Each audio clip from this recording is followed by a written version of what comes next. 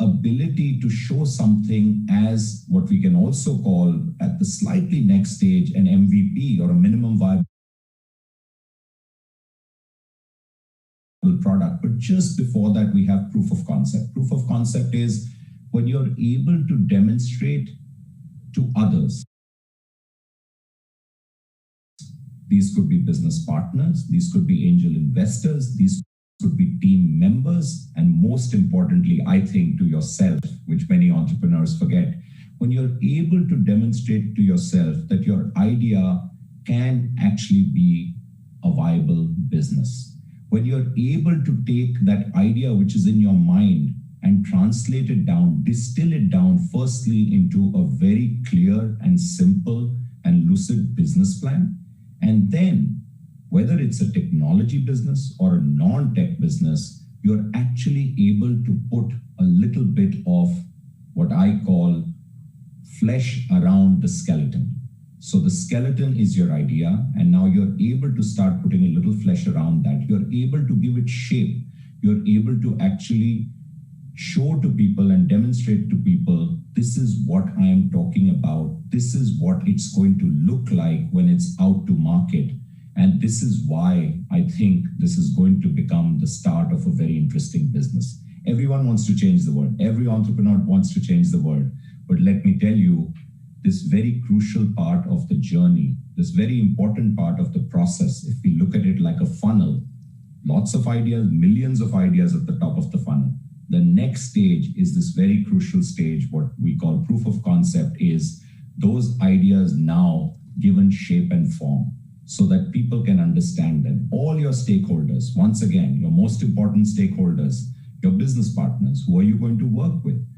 Your customers, who are you going to service? In some cases, your suppliers, who are you going to take materials and inputs from? Fourthly, and very importantly, investors, who will give you the resources, financial resources to go forward. And fifthly, the team that you will build, which I think is a very crucial part of it. So this is what we really want to talk about in this session. We want to leave everyone with very clear inputs on how to address this session. We will draw from the rich experience of the different panelists. We will get a lot of experience and a lot of inputs that we are going to get from Professor Ashutosh Sharma, who's secretary at the Department of Science and Technology, and sees probably a bunch of ideas almost every day and has seen many of them make it and many of them fail. And we would love to understand from him why this happens. We will also then connect the dots with other countries and cultures where, of course, startups and entrepreneurship is a common denominator everywhere. But are there nuances? Are there differences? And more importantly, 6 very exciting journeys of startups and how people dealt with their own startup and took it from an idea to a proof of concept. I'm going to stop here because I'm going to be coming in a lot more after the initial remarks. We have lots of interesting questions, but I definitely want to make sure that all our panelists get enough time to share their experiences with us. With that, I'd like to request Professor Ashutosh Sharma to start the proceedings and share his opening remarks on this topic, please. Thanks, Deep, for setting up the stage so very nicely. And indeed, idea to proof of concept is that one very critical, compelling aspect of taking your startup or your entrepreneurship forward. Now, of course, it's very important to recognize that, of course, there are many sparkling ideas, but nothing succeeds until an idea whose time has come. We all know that as a cliche, but it really works. So when we are looking at prototyping an idea, when we are looking at the proof of concept, it's not sufficient to produce something that works and to showcase it. What's very important is that this particular prototype, that this particular proof of concept should embed in it the realities of the functions, not just realities of functions, but the problem statement and the view of the market and customers regarding what they are looking for in that product or that technology. So I often talk about this as know your problem, KYP, know your market, KYM, know your customers, of course, KYC. So even in preparation of prototype, it's very important that all these inputs actually go in there. And of course, we know that innovation is not a single event. So innovation is a chain.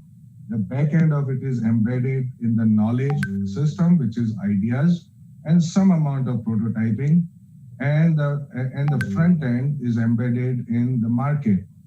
So prototyping is really the first stage in which all of this comes together, from the knowledge to market, if you would. One also has to pay attention to what TRL level are we going to be preparing the prototype. Of course, more the better. It's not always possible to do it, but if we could retain as many bells and whistles to convince people at that point, so the prototype ought to be really as close to reality of the final product as I had in mind while starting out, because one doesn't get too many chances.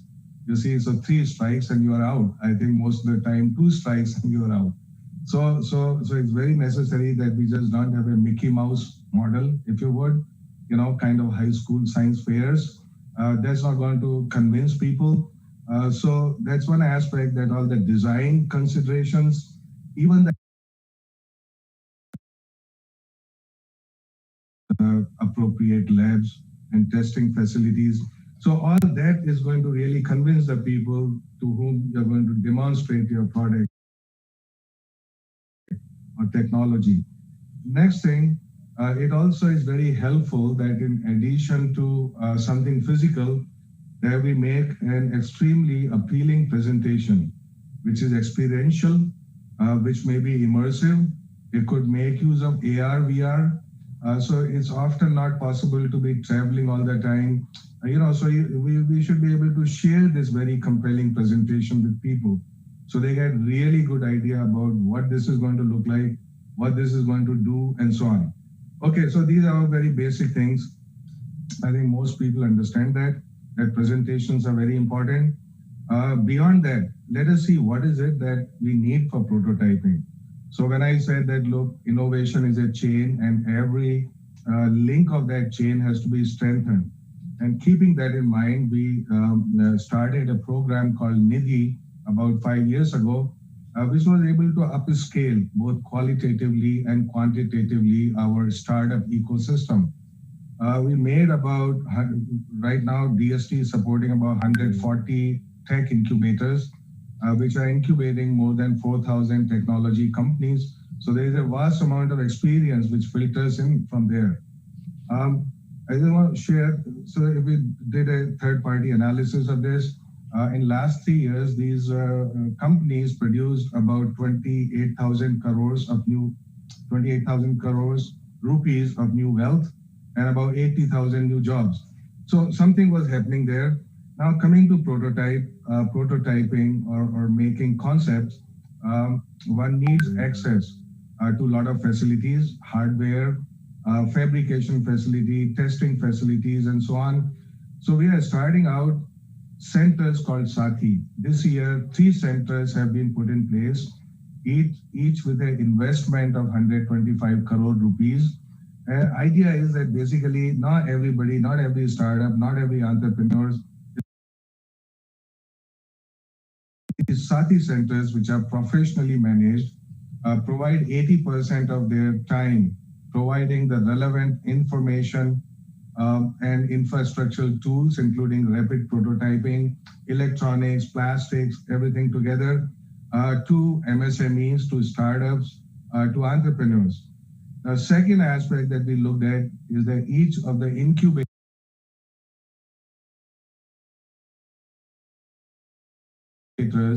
ought to be able to give a pre-incubation grant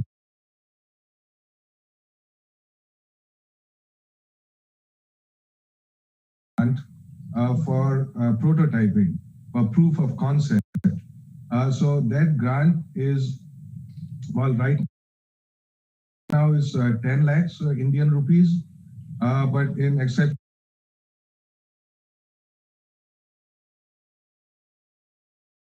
cases, if the committee were to opine that it needs more, that could be done. So what comes after mentorships and workshops and training and preparing people to take the plunge? is basically this activity about the proof of concept. And so that there are a whole lot more, the people who got this grant for the proof of concept, about 35% of them actually went on to incubate a startup. So which is fantastic, which means this is an effective step to put in there. Now, there's also an organization called National Innovation Foundation in Ahmedabad. We asked them to make a portal of all the ideas that they have, which is about 200,000 ideas which are scouted from grassroots. Now, this portal is a one-stop shop for many relevant ideas. And we are also putting in place now a fund for preparing the proofs of concept based on these ideas. So that would be a very large scheme or a program. We want to convert about 10,000 ideas, the top 10,000 ideas, which have relevance and market reality to go forward to the step of proof of concept so that this could be picked up by entrepreneurs. Finally, let me say that the policies play an important role in this. Of course, that this is a very limited aspect of innovation. But the point is, we need to integrate the invention ecosystem together with the innovation ecosystem. Each of these ecosystems may not have a huge weakness, but they don't work together seamlessly. So that the weakness is actually connecting our inventions and our innovations. In India, we call it Saraswati and Lakshmi working together with deep understanding of what each one brings on the table for their own good. And so this is part of our new policy, science, technology, innovation policy. It's in the last legs now, a couple of months it should be notified. And a very huge focus is on these aspects of innovation, of course, invention, separately innovation, but how do they work together? Second policy, which may be relevant in this, is also coming out within a month now, is scientific social responsibility. Now, what that means very simply is that all our academic institutions, our R&D labs, they have a whole lot of informational resources. They also have infrastructural resources. They have human resources. Can we make use of all of this to reach out to people who can actually benefit by it without paying a huge price for it? So it is with the ease of access. It is with not putting in too much money in there. And so all of this huge resources really, the government of India itself puts in several tens of thousands of crores of rupees every year in order to create these resources. There's no point if they are locked up. So I think that this is going to bring energy which is needed for people to make use of all of this and go forward. So I don't know how much time I have now. No, you're fine, sir. Please carry on. This is okay. Very now, so I would conclude by saying that look, because innovation, I said innovation could be viewed as a chain, but you can also view innovation as a pyramid. And at the base of the pyramid is the culture, and this culture to change young, which means that you have to reach out to schools and spread the gospel of power of ideas. Not only that, power of ideas and how to convert idea into a prototype. So we started a new program called Manak. All of these are acronyms, and if I were to say the full form, it would take 2 years to do it, so I'm not going to do that. Manak, basically, it reaches out to 500,000 schools in the country last year. They do a competition for innovative ideas. Each school produces top 2 innovative ideas. They are not like your PhD ideas or high-tech ideas, but they recognize a need. So basically all these young kids, these bright minds, hungry minds, they look around and see what is the problem looking for a solution and what could possibly be the solution be, in what direction. So all of these ideas are uploaded in any of the languages of India online. We get about 1 million ideas every year. And then top 100,000 ideas are selected from there. And each of these kids get 10,000 rupees to convert idea into a prototype. So for that, they need access to some mentorship, some workshops. Atal Tinkering Labs, for example, are providing that backbone, a whole lot of workshops and mentoring. Now these 100,000 kids go forward with their great idea, which is converted into a proof of concept. Then they start competing at district level, state level, national level, every time 10% of these people going forward. And they receive more mentorship, they receive more encouragement and motivation. So essential idea is, look, going forward in the future, India, while now is reckoned number 3 in the world in terms of number of tech startups, but number like 15,000 or even 50,000 for a country of 1.3 billion people is not enough, which means you need to put a 0 or 2 zeros in front of this number very rapidly. And that's not going to happen unless we change the cultural dimensions starting from our schools. So this particular program is going to produce the entrepreneurs of tomorrow, 10 years from now, 15 years from now, but in much larger numbers. This is to bring the excitement and power of ideas into our young minds. Thank you. So I would conclude there, Deep. Thank you very much, Professor Ashutosh. I think that's amazing what all is happening. I'm going to come back to you after everyone's opening remarks. I do have a couple of questions, but I think what really struck me was how much work you are doing at the grassroots level to make sure that entrepreneurs and now even schools, people are encouraged early. And also, I love the way the lens has now changed, that innovation is actually going to be a change agent. And I can tell you from my personal experience and being involved with the startup ecosystem, what has happened in the last 5 years, I don't think has ever happened for startups. So it's really commendable to see this. And thank you for all the support. I think for young entrepreneurs, they've got to be aware of these resources and reach out to them. Today, there's no dearth of support that they can get. Okay, we are going to move to the beautiful country of Nepal. We're going to request Mr. Sikshit Bhatta, who's co-founder and CEO of Toodle Toodle, to talk about his startup and how he actually took Toodle Toodle from idea to proof of concept.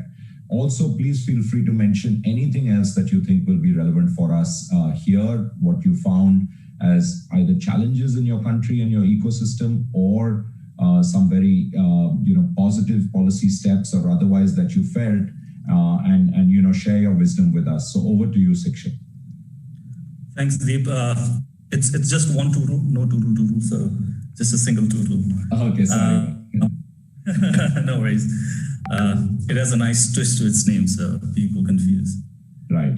Thanks for this invitation. And before I begin, I'd just like to set the tone. When we began this journey almost 5 years ago, it wasn't a rocket science to understand that people in cities like ours don't have a mobility, right?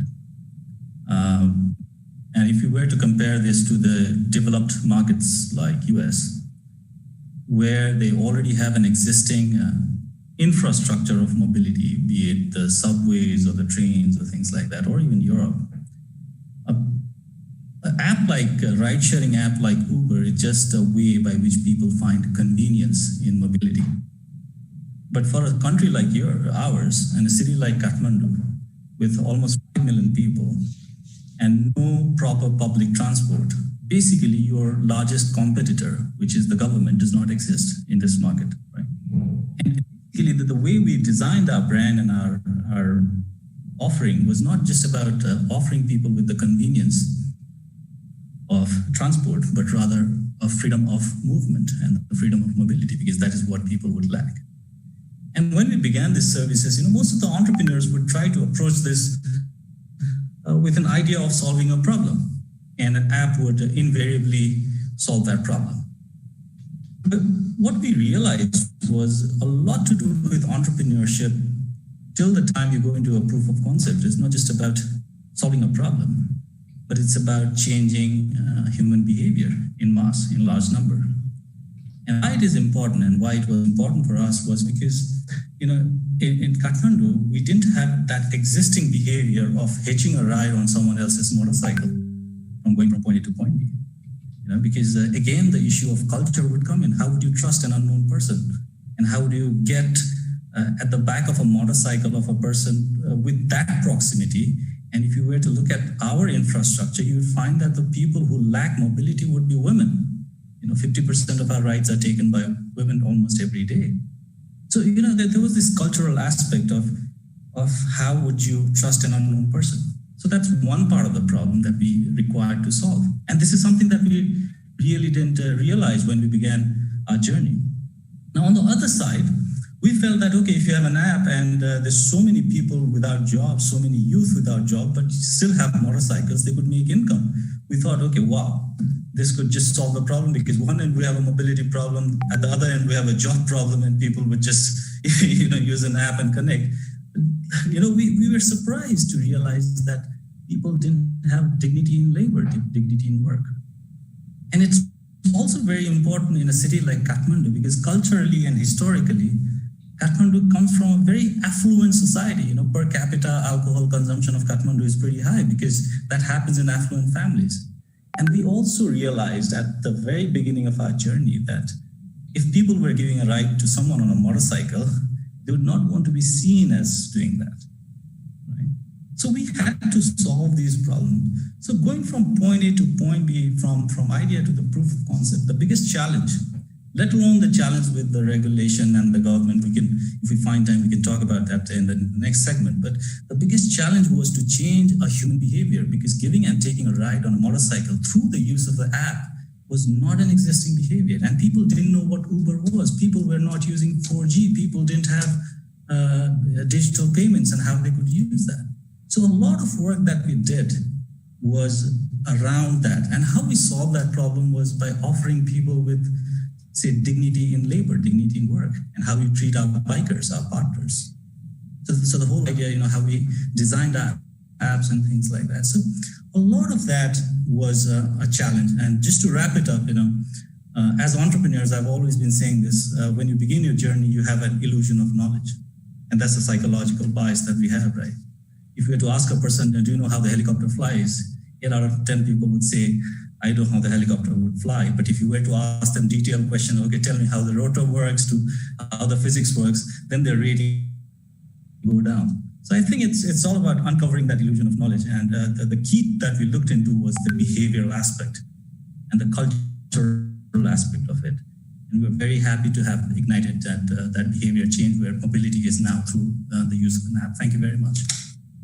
Fascinating, Sikshit. One would have never thought we are so close, and one would have never realized that the real challenge around doing something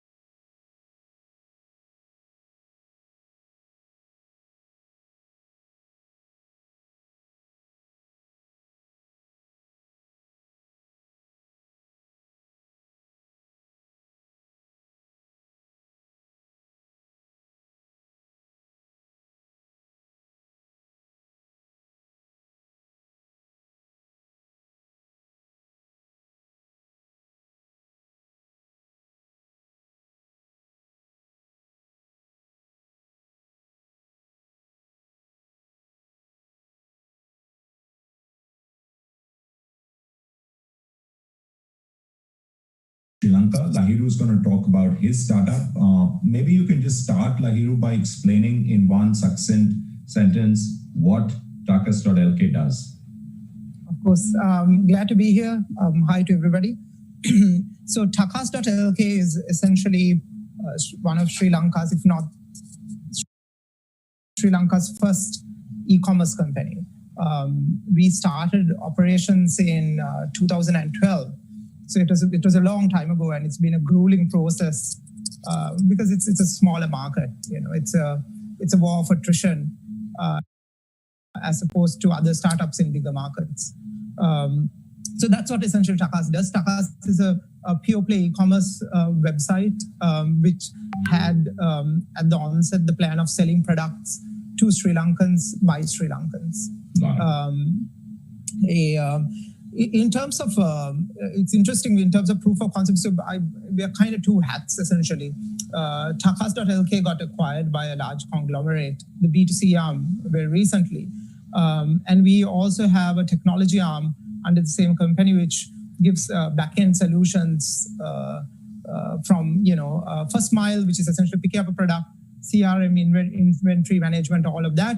And that all happened during the life cycle of Takas.lk. And that itself has become a startup. But proof of concept played more of a role there because we have customers both in Sri Lanka as well as regionally for that product. But to go back to Takas, in terms of what happened was, I moved to Sri Lanka in 2009. And I was in, let's say, more mature markets. I was trying to buy a television, which I saw at a gas station, an advertisement for it. And I thought, must Google this and try to see whether I can get it. And sure enough, at that time, none of the main players in Sri Lanka had what you would call an e-commerce site. Actually, there were no e-commerce sites in Sri Lanka. Then I ended up trying to speak to a few partners who ended up becoming my co-founders, a guy called Dilendra Vimalasekar and Muttasa Musaji, and said, look, I don't think anybody in Sri Lanka is doing it.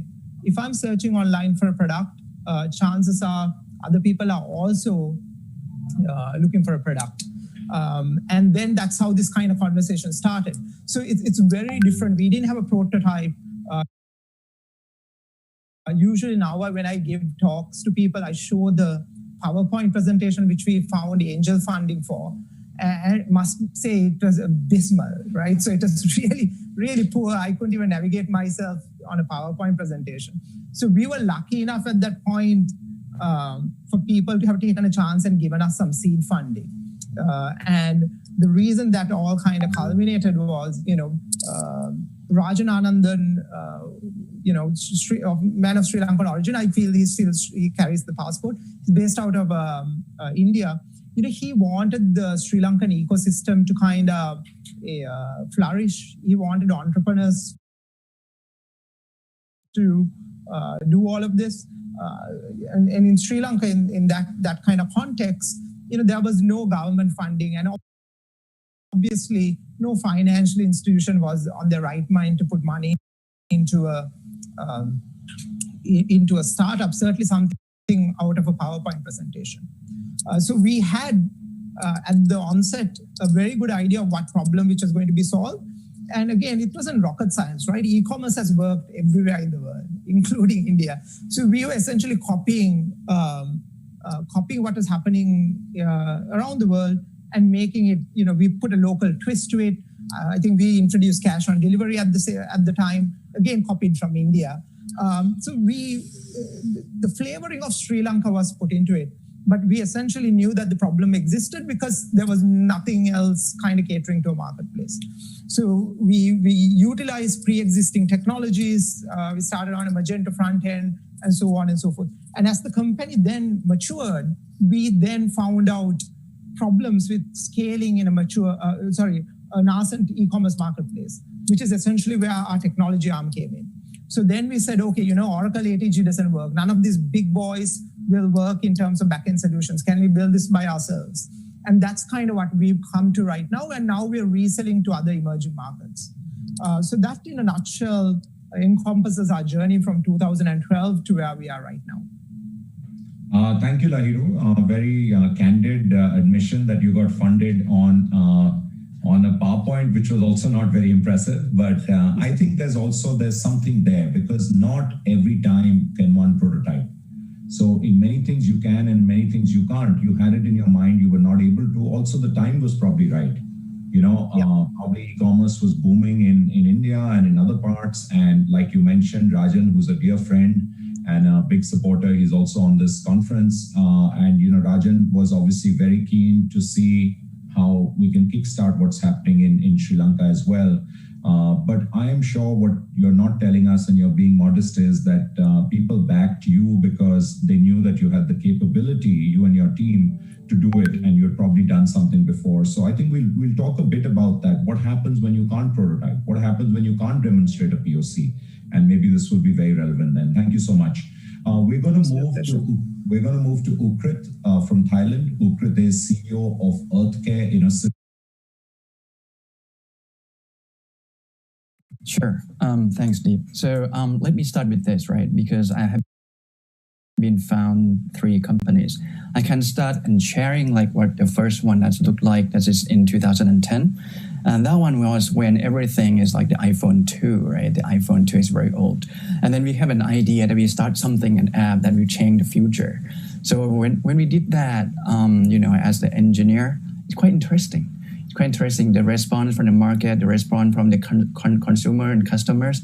But another thing that we learn a lot from that, because when we create a system where the user can create some content themselves and start to use that content to generate revenues, and then we found that the real customer is not that particular person. So that's something we learned from the first startup. And then the second startup that we did was about breaking that, the first one, and then attach e-commerce to it.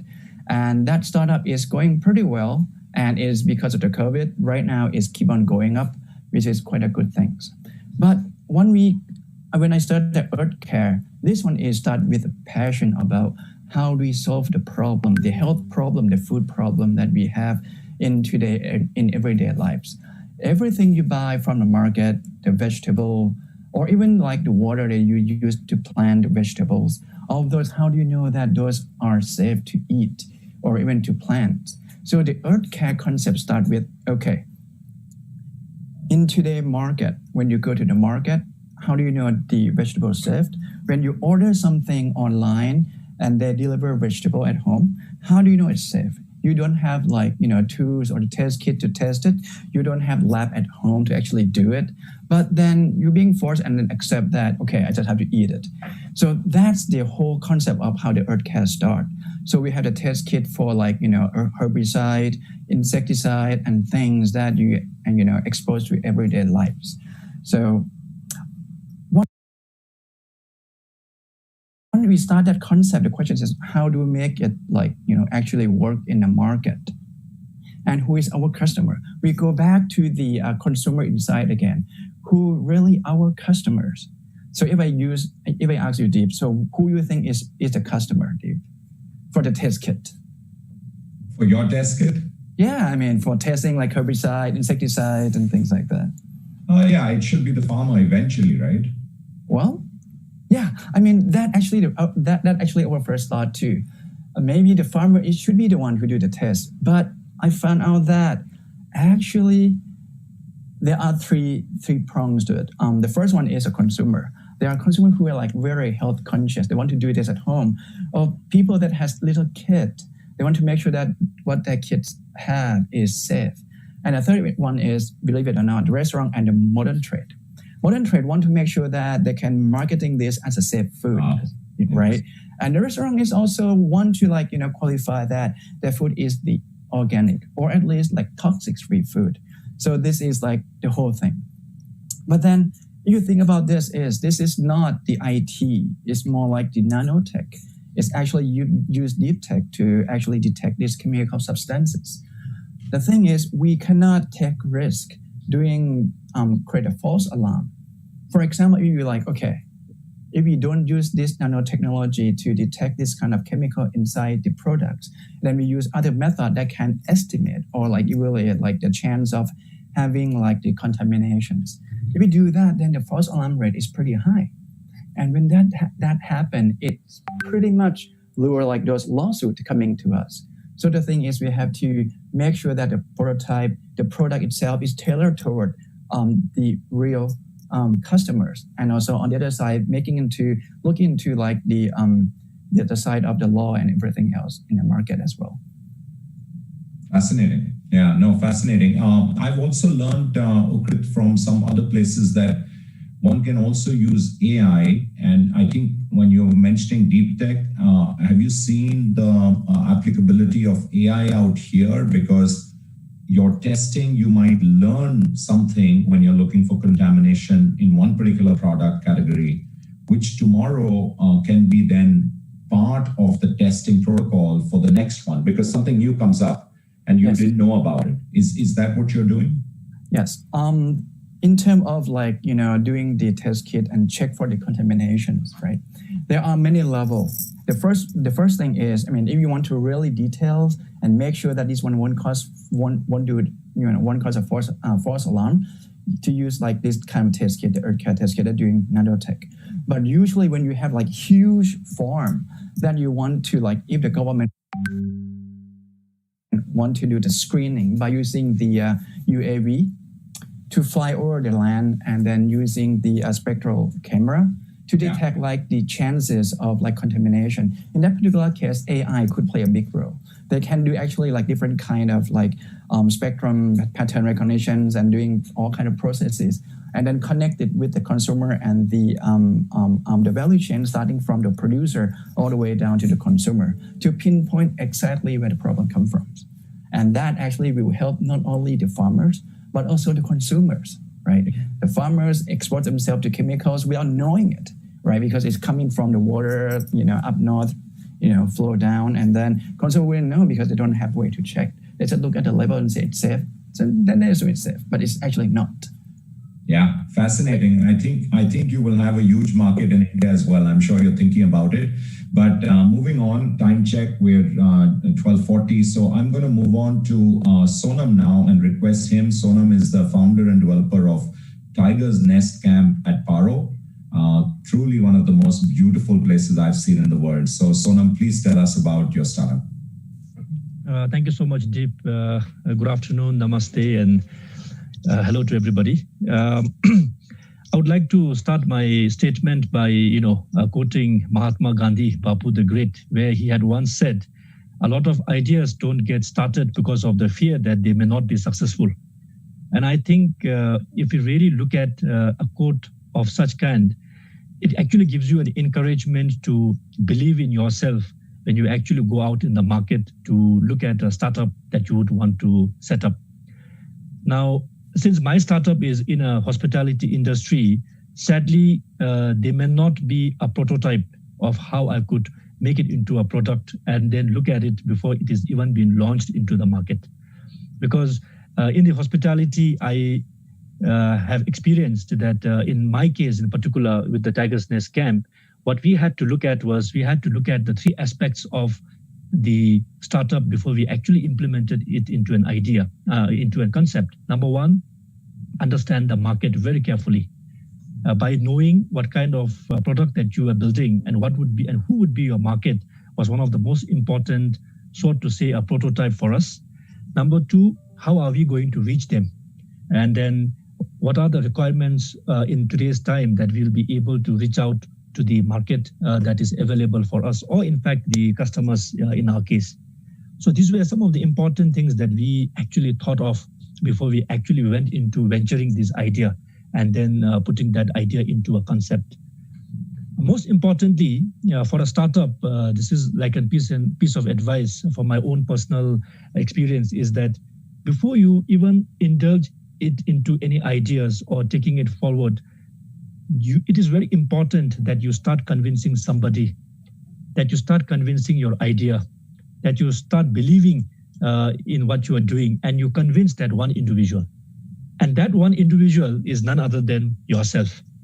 If you do not have the confidence in yourself, if you do not have the faith in your product that you would want to launch into the market, I feel at one point of time, you might stop, you might pause, or you might start breaking down. And that is the time that, like I mentioned, you will need to have a confidence in yourself. And often, most of the time, this is one of the first of its kind in Bhutan. As Mr. Deep has mentioned earlier, Bhutan has seen a boom in the hospitality industry over the past half a decade. If you see Paro, where I am located right now, we had hardly about 30 to 40 hotels, but now today it's over 100 plus hotels. So we started, in a time when the whole world was shutting down because of the pandemic. But we opened our doors because we believed that the idea that we were going to put forward was something unique. And we understood the market, that when Bhutan closed its border to the outside world because of in the wake of the pandemic, the locals were they were in a position to travel within the country, the domestic market. Of course, that's not too great, but then they were in a position that they were actually thinking of traveling within the country. So every experience that was being offered to them from an hotel perspective or from a hospitality perspective was the same. Maybe the location was different from one another, but we made it up to answer that call because the product was unique. It's one of the first of a unique tented resort in the country. So understanding the product that you would want to put in is one of the most important aspects as a starter. I appreciate it. Secondly, startup is not going to be a 100-meter race that you start and you have an endpoint. It is not going to it's a relay of marathon. You need to have partners where you might be the fastest runner to start, but you will have to understand that you have key team players in between that relay race who will also need to run along with you to reach the endpoint. So it's a relay of marathon race, like I always say, whereby you cannot stop and you need to keep moving. And then that is where I felt as a startup, if you have those key points taken into consideration, I think nothing would be impossible. It is also important that you play the devil's side yourself at times, because there can be a lot of questions, there can be a lot of concerns being raised. When we did this startup here in Bhutan, when I started up with this project, I was being thrown with hundreds of questions. It's going to be a tent. How are you going to manage with the heating? How are you going to do it in the winter season? Are you going to see only 6 months of operations? How are you going to really, cope up with the lifespan of the tents, X, Y, and Z? Do you have the expertise to do that project? Because you are going to be the first. And will you get the assistance of supports of suppliers or whoever? So these were some of the questions that were being thrown at us initially when we were in the point of investing. So at that point, when you had the confidence in yourself to start off what you wanted to do, and you believed that your idea was something that you can really come to a conclusion, I felt that was something that really encouraged us to keep forward and then ask ourselves the worst of the questions and the worst case scenario, and then develop an idea based on that, and then keep moving forward. So these are some of the most important aspects that I feel as a startup one could always keep in mind. And for Bhutan, in terms of policy, I would like to share that we actually did not really have a policy in place to guide a luxury tented resort. So we came in at a point where even there was no policy. And we came in at a point when we went to our investors, they were not even really sure of how and what we were actually asking for. A resort, a hotel with a tent? Okay, you didn't need to tell us. And I would like to support Mr. Ashutosh, who was mentioning earlier that presentation actually helps your way forward. Presentation, whereby you come up with the concept, that you put it up in your PowerPoint presentations, you explain to them what are your requirements, and you explain to them what is the end result that you're actually looking at. And most importantly, involving your product as a market and the consumers as well, so that you are in a position to convince. So having said all these things, it is very important as a startup to go with the flow and not stop just because there is one issue in some particular area, but rather take it up as a challenge. Never stick to complain as a problem, but rather take complaint as a challenge and then move forward so that you can actually see a light in the tunnel of your startup innovation and your process. Yeah. Thank you. Thank you. Yeah, thank you so much, Sonam. Beautiful words, and appreciate them. I'm going to move to Fahim. Fahim is from Bangladesh. He's the president and CFO at Pathao, and he's going to tell us about his experience at Pathao, and then we will have time for a few questions. Thank you, Deep, and thank you for this wonderful opportunity for me and to Pathao to talk about the tech ecosystem we're building here in Bangladesh and in our corner of South Asia.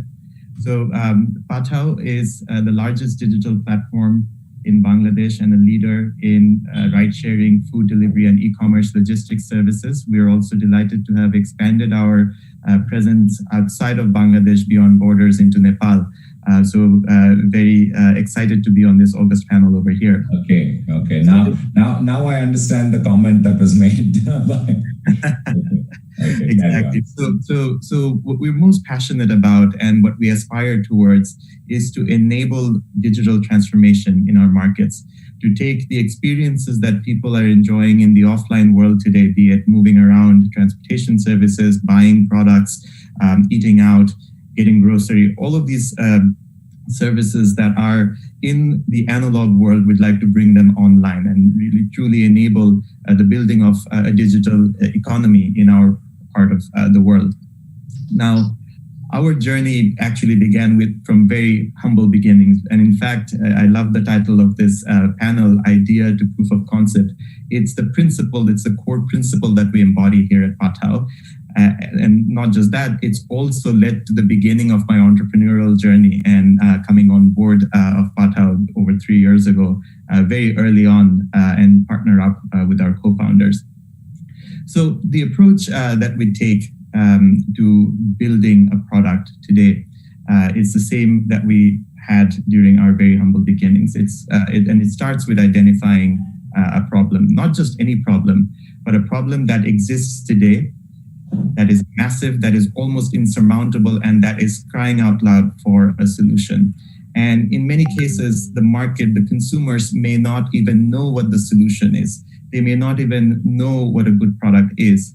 And that's where the lived experiences of the founders, the team, and the management can help shape that solution. And that's exactly what happened in the story of Patao. So my partner, Ilyas, the co-founder and CEO of Patao, at the time, 4 or 5 years ago, just graduated from university, completed his MBA program, and he had tried out a number of different things. One of the things that he was trying out is solving the logistics problem, and then which led to the solving of the transportation problem. Now, at the time in Bangladesh, especially in Dhaka, quite like many of the cities in which our panelists live, did not have a public transportation system. There was not even an integrated bus network. So it's not just that it took 1.5 hours to get from one part of the town to just another 7 kilometers away. I mean, it's almost as slow as walking. And not only that, it was costly, those solutions just did not exist. So it was that lived experience that informed. So the solution that we came up with was very unique and unusual. It's not just that there was no taxi culture in Bangladesh or in Dhaka at the time. It's not just that there was no bike culture at the time. Bikes were perceived to be someone who's a thrill seeker or someone who's up to no good tends to drive. It's also that people were not comfortable with purchasing a service or a product online using their phones. So it started with building a community. Ilyas and some of our founding team members would stand in front of the universities with bikes, trying to convince people to get on bikes or handing out their phone numbers. That led to setting up of a Google Sheet, and that you could call the MVP. That's how it all began. It's that basic. But what we were able to achieve is validation that when the problem is so great, the solution, even if it is suboptimal, can get traction. And that's what attracted to many of our investors, one of whom came on board as an angel investor. He saw the same promise and potential in Patao that he saw as one of the first few angel investors in Gojek, and in Indonesia and in Southeast Asia.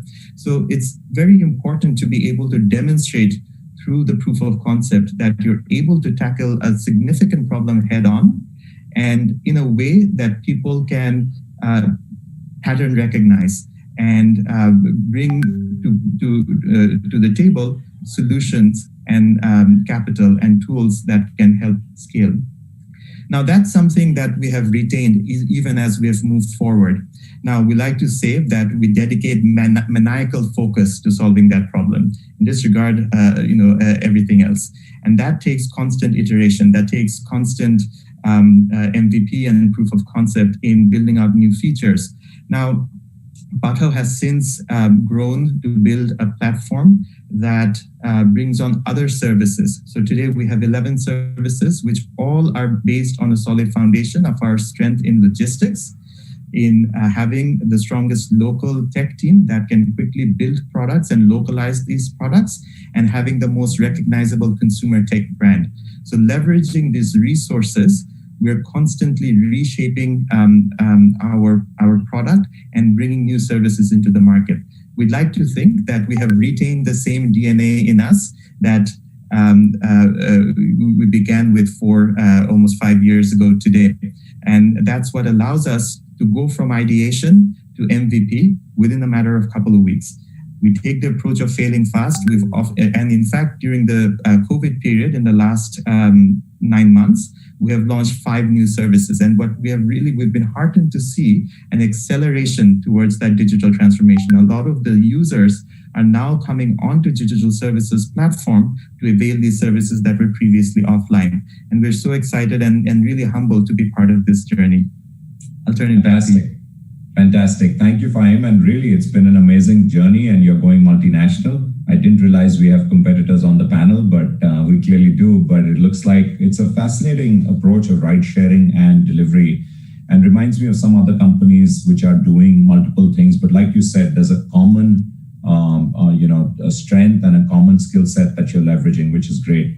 Okay, I'm going to open it up for questions, and I'm going to ask Professor Ashutosh this question first, but I think this question works for all.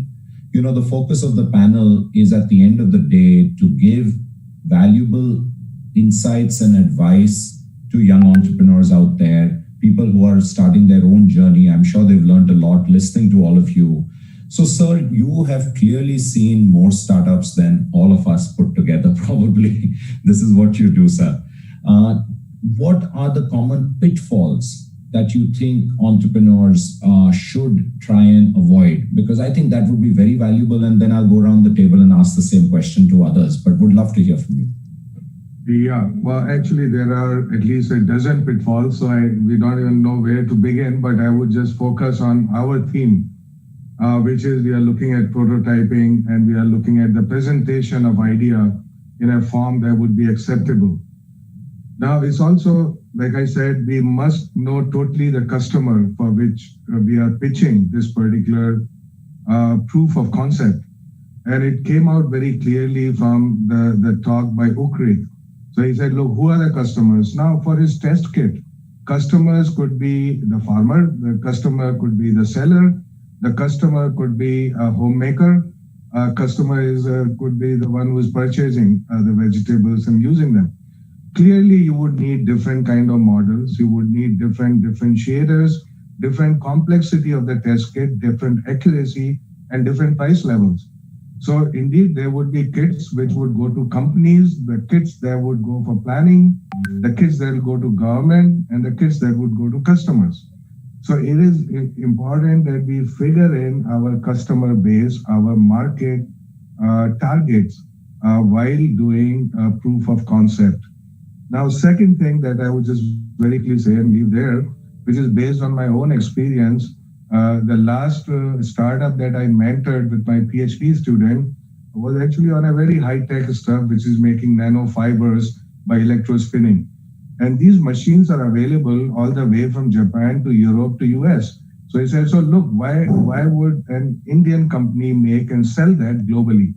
So therefore, think about a differentiator other than price. Okay, so think about right in the beginning, a differentiator, a unique selling point, if you would. And that unique selling point often I have found is not only in delivering the product, but the customer is also asking for knowledge that goes with it, which means how would he be able to effectively use that product? And this is where many companies are weak. So that this particular company was hugely successful because of the fact that when you sell this machine for making nanofibers, either to a research lab or to a company, you first should know what is it that they want to make with it, and then provide the solution together with the machine. And that's often not done by competitors. So essentially, we are saying that you should bundle in your prototype, in your proof of concept, not just the stuff, the physical stuff or an app that goes in there, but the confidence in the customer that there would be an effective use of this particular product for his needs. I conclude there for lack of time. Yeah, thank you so much, sir. Really appreciate, I think, invaluable advice. What is your USP beyond price? How can you do something better than others, not only locally, but even international market, play to your strengths, and how can you do it and scale up at the same time? Doing it at scale is the challenge. Many people do a great job of boutique businesses, but the scale up becomes a challenge, which is perhaps the topic for another panel. We could really go on and on. I have so many questions, and I think we could learn from all of you. We will find another format to engage. Unfortunately, we have to keep strictly to time. We've got 60 minutes. And, there were many questions I had to ask around funding, Fahim being an iBanker, but unfortunately, it won't be possible today. We will do this again. So thank you so much. We also lost Sikshit, towards the end, his connection broke off. So thank you for joining, Sikshit, but thank you to each one of you. Professor Ashutosh, really appreciate you taking this time out.